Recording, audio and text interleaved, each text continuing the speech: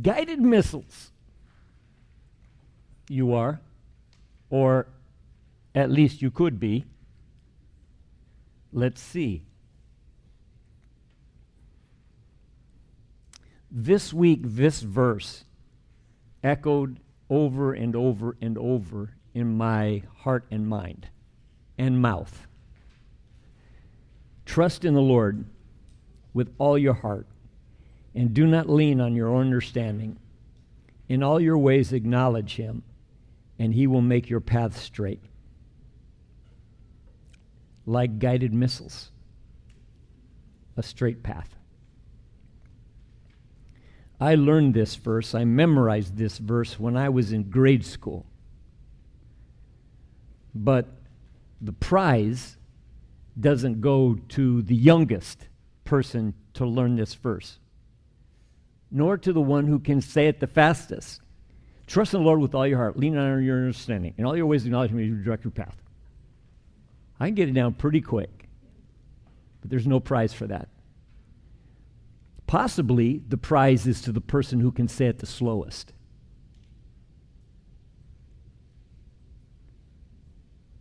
But for certain, the prize is to the one who can grasp it, who can lay hold of it.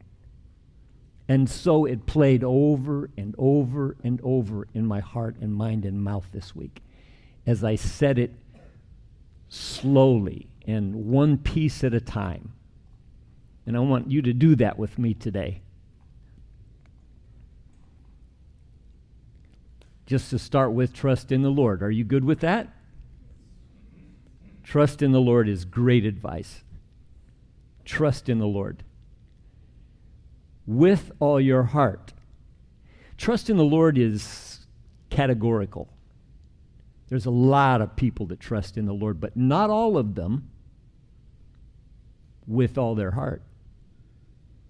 For example, what I mean by that, trust in the Lord is categorical, with all your heart is statistical. Half-heartedness is what percent? 50%, right? Good math today. We're doing good. So trust in the Lord with all your heart is what percentage? 100%. Good answer. Meaning it's possible for me to be a person who trusts in the Lord, but in a half-hearted way.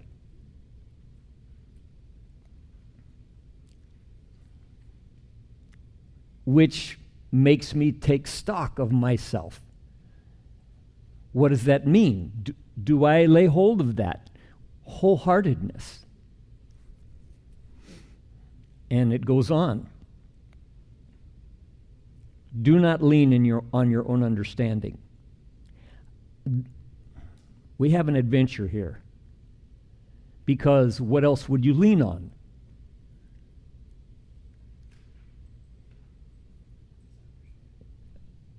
My understanding is usually what I would lean on. Does he mean for me not to have understanding? Obviously not. He says get understanding. But there's something about the way we hold it that we don't lean on it. Are you sure what that means?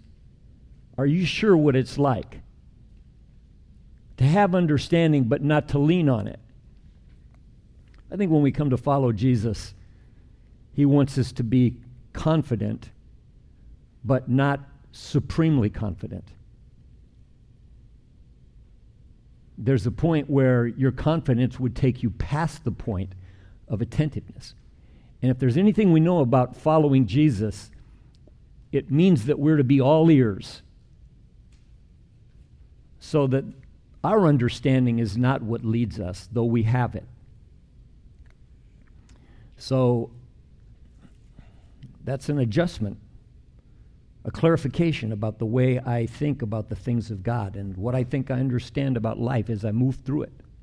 Being confident, yes, he doesn't want me insecure, but he wants me to be all ears as I listen to his word, as I follow him.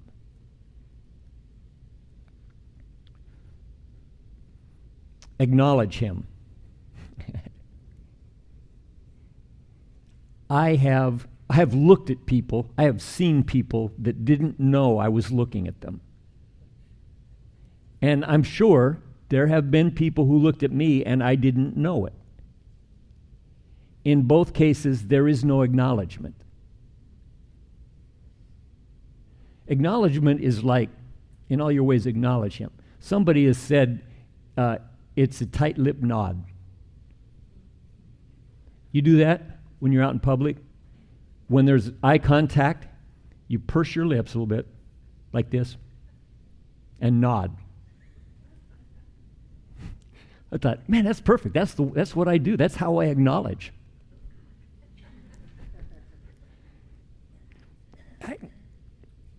Acknowledge him. I think it's establishing shared awareness.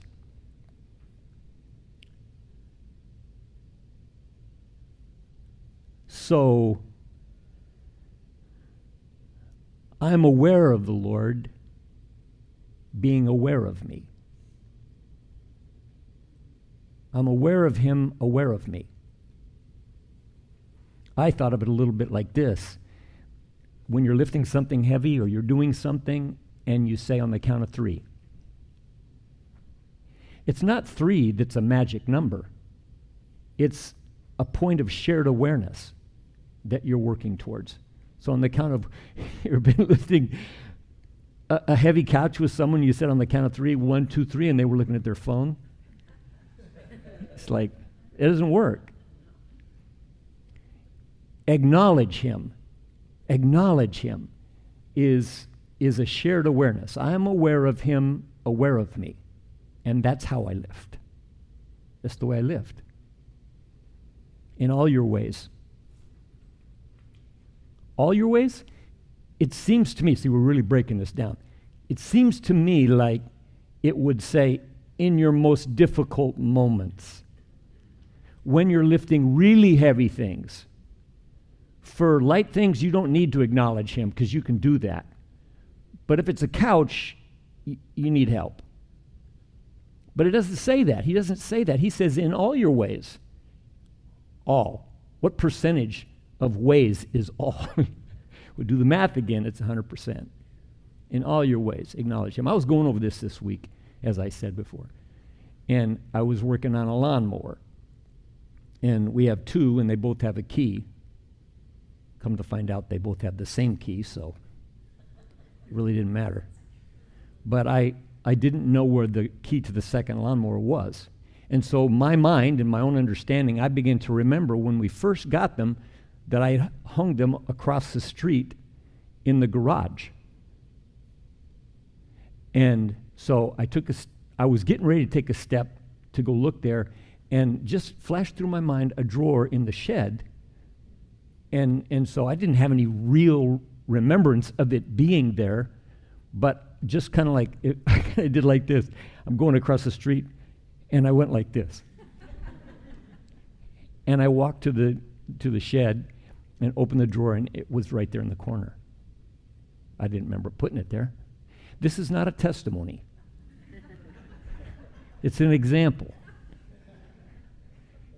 I didn't even need that key. But the point is, even if you're doing plumbing or something like that, you go to the store 4 times. In all your ways acknowledge him, or just in the moments that are most difficult or most crisis in nature.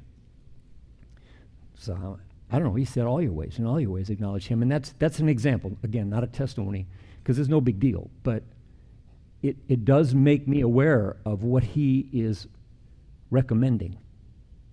In all your ways, have a shared awareness, aware of him, aware of you. I feel like I just got here. You know what I mean? I could say this fast in grade school, but I said it slow this week because I want to get a hold of it. I want to grasp what he means.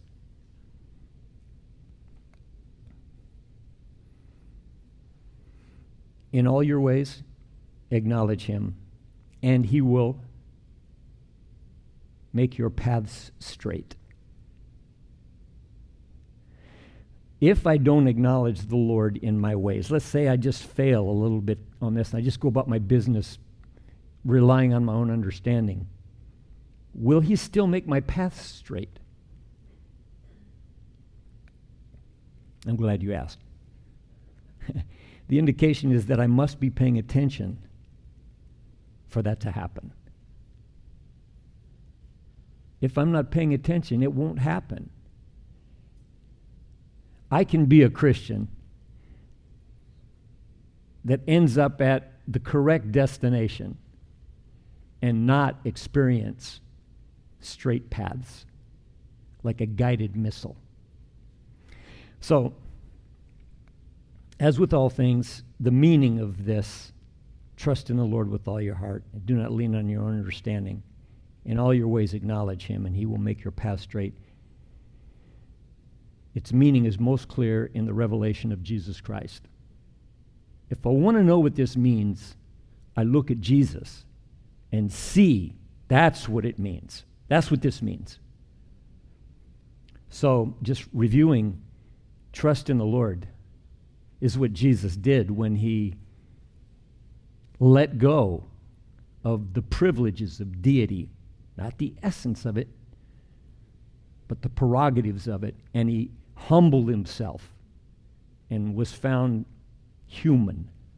He trusted in the Lord when he did that with all his heart. There was nothing half-hearted about anything that Jesus did. He was all in when he came down.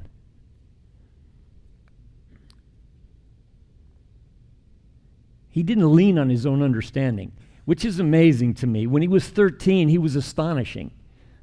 The leaders, the scholars in the temple, he left them with their mouths hanging open because of his understanding. His understanding was extreme.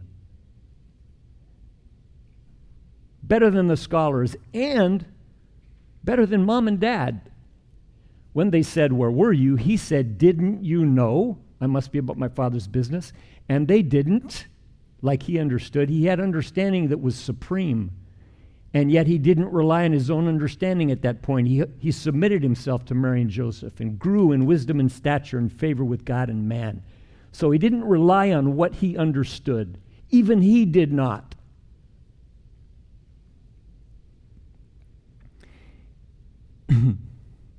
In all your ways, acknowledge him. And I just recognize that Jesus, following the leading of the Holy Spirit, filled with the Holy Spirit, born of the Spirit, filled with the Spirit, led by the Spirit in the wilderness, came and worked in the power of the Spirit. That Jesus Christ was a guided missile because of what we just worked our way through. And there it is. Isaiah says of John the Baptist that he would come and make ready the way of the Lord and make his paths straight. It says of Jesus the same thing that's offered to you, straight paths. Like a guided missile of light. And I see that in Jesus then, and was reading this week with you in Matthew 9 about the straight paths of Jesus, and just go over it with me, would you? Seeing their faith, Jesus said. Jesus, knowing their thoughts, said. As Jesus went on from there, he saw a man, and he said to him. When Jesus heard this, he said. Then the disciples of John came to him, asking, "How long has it been, I wonder?" And you would wonder too, since someone came and asked me a question. That there was enough of a disruption in the force where they said, "What is that about you? What? Tell me something." Most of the time I'm trying to tell people. There's something different about this.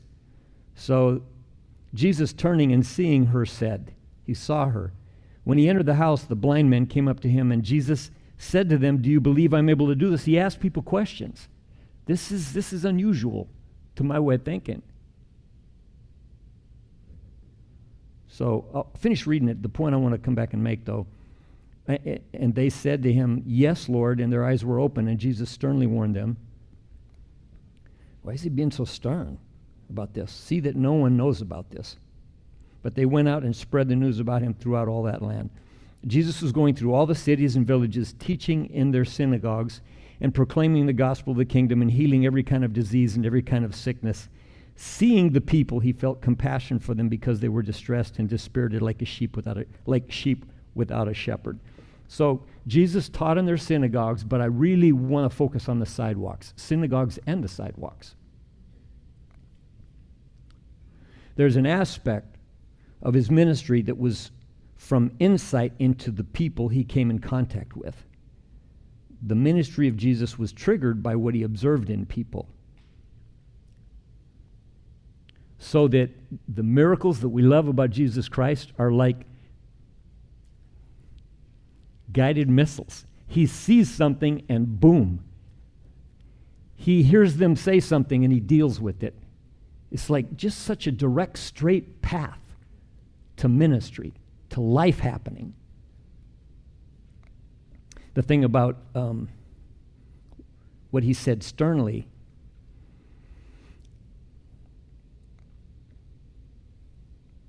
I think has to do with that. I think it might be why he didn't want the blind men to kick up a dust storm. So he said sternly, don't go making a big hoopla about this, because Jesus wants to see people.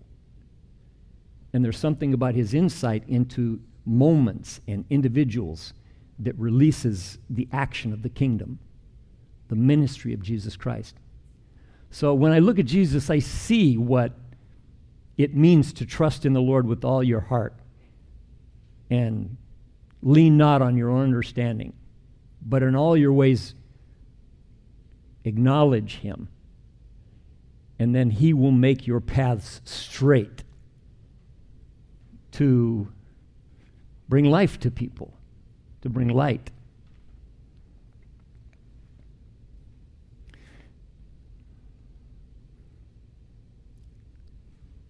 It's just different. And mostly we think about synagogues. It's like, get people to come in and we'll say our best say about our theology. We'll present our best thing. And he did that. I mean, he taught in the synagogue, but what we're looking at in his ministry that is about straight paths, I think, is about his going and giving life. Why would you settle for something less than that? And I think it's unique, isn't it? Because we're often thinking what we need to do is have increased understanding. Good enough as far as that goes. But even if you do get good understanding, you're not supposed to lean on it. You're supposed to go with an acknowledgement of him being aware of you. You're aware of him, aware of you. And then, boom. Guided missile. So,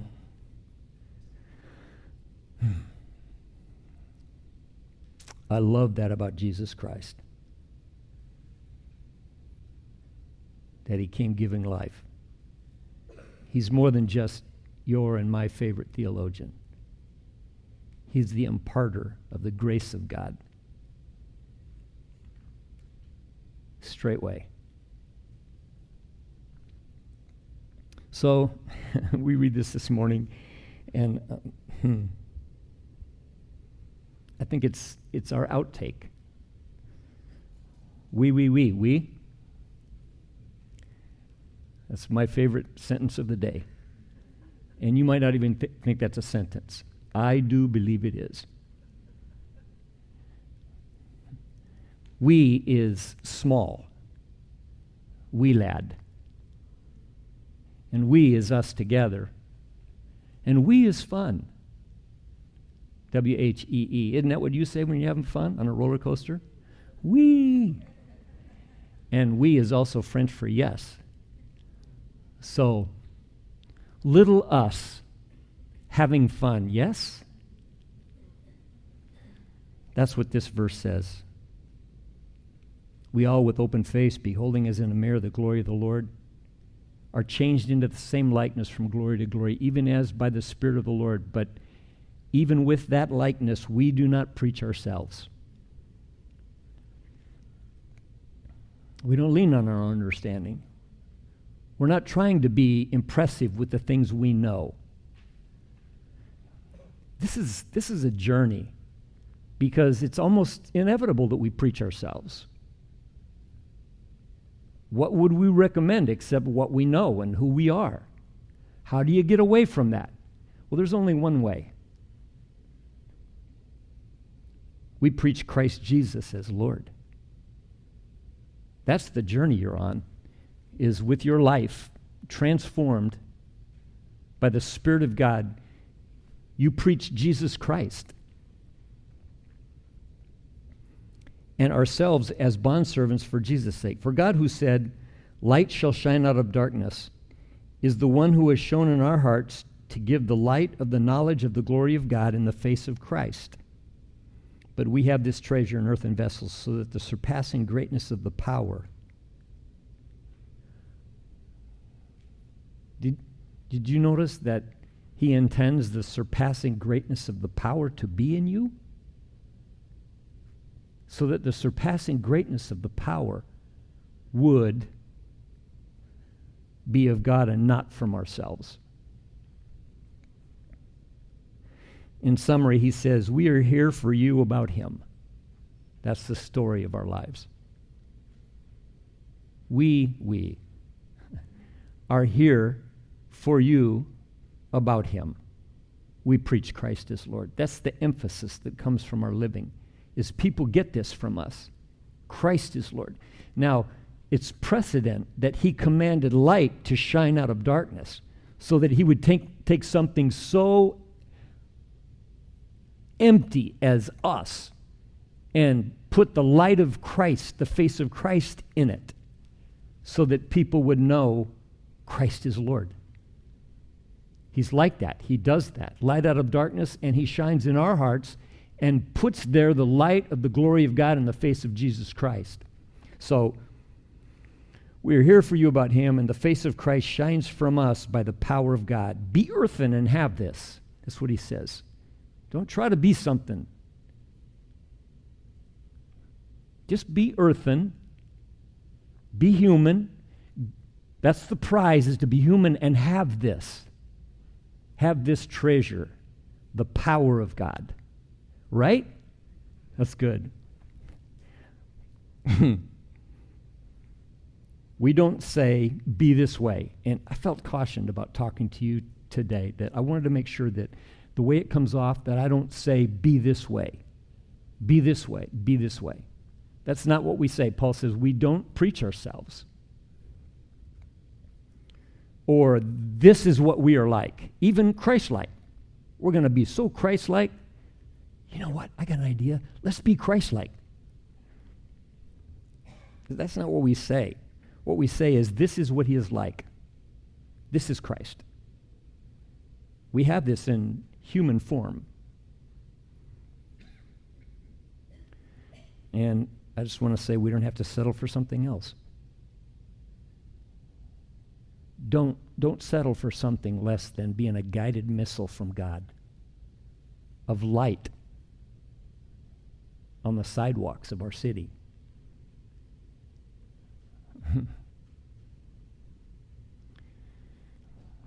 Like I said, I memorized this verse when I was in grade school, but I'm trying to wrap my arms around it.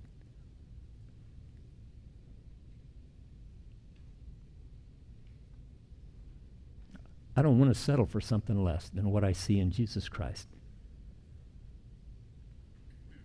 And it just seems so simple. You want to say it again with me? Trust in the Lord with all your heart, and do not lean on your own understanding. In all your ways, acknowledge him, and he will make your paths straight. Let's stand together.